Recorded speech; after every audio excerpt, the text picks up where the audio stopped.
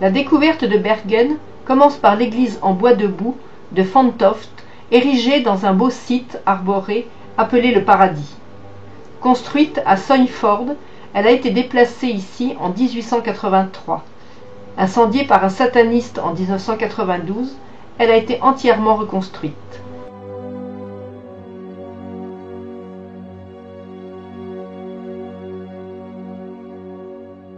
L'intérieur est extrêmement dépouillé.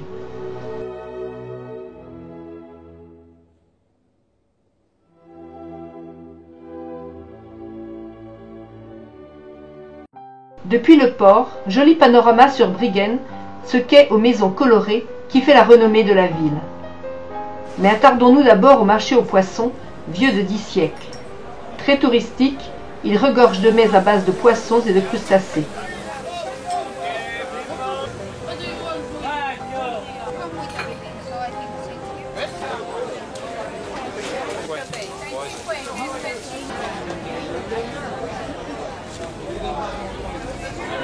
Faccio un piatto di salmone.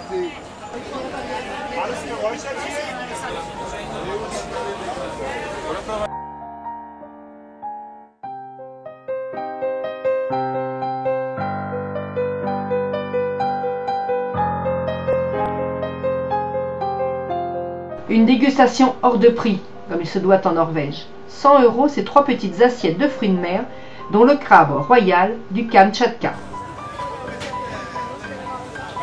Prenons le funiculaire pour avoir une vie imprenable sur la ville. À 320 mètres d'altitude, on apprécie mieux la beauté de ce site extraordinaire, où mer et forêt servent de cadre à la cité maritime. C'est ici que la Hanse teutonique fonda ses premiers comptoirs dès 1360. Les 2000 résidents allemands importaient des céréales et exportaient de la morue séchée et divers autres produits.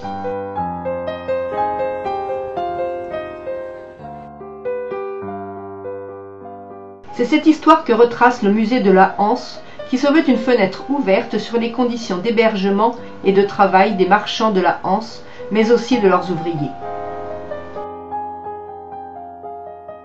En 1559, la Ligue hanséatique est officiellement abolie à Bergen, et les marchands se voient dans l'obligation de partir ou de devenir citoyens norvégiens. Le cantor norvégien actuel compte toujours des marchands d'origine allemande.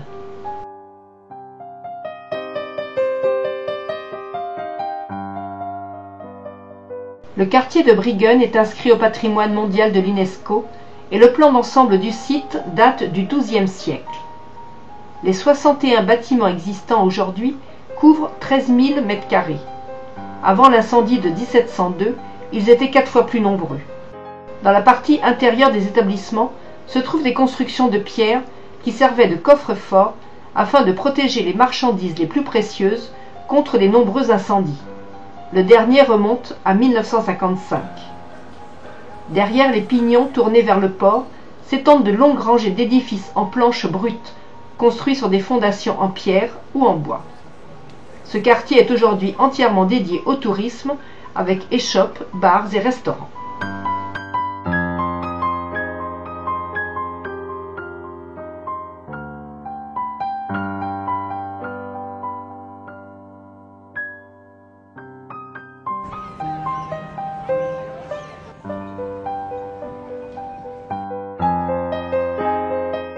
Petit coup d'œil à la ville nouvelle un peu austère avant de reprendre la route.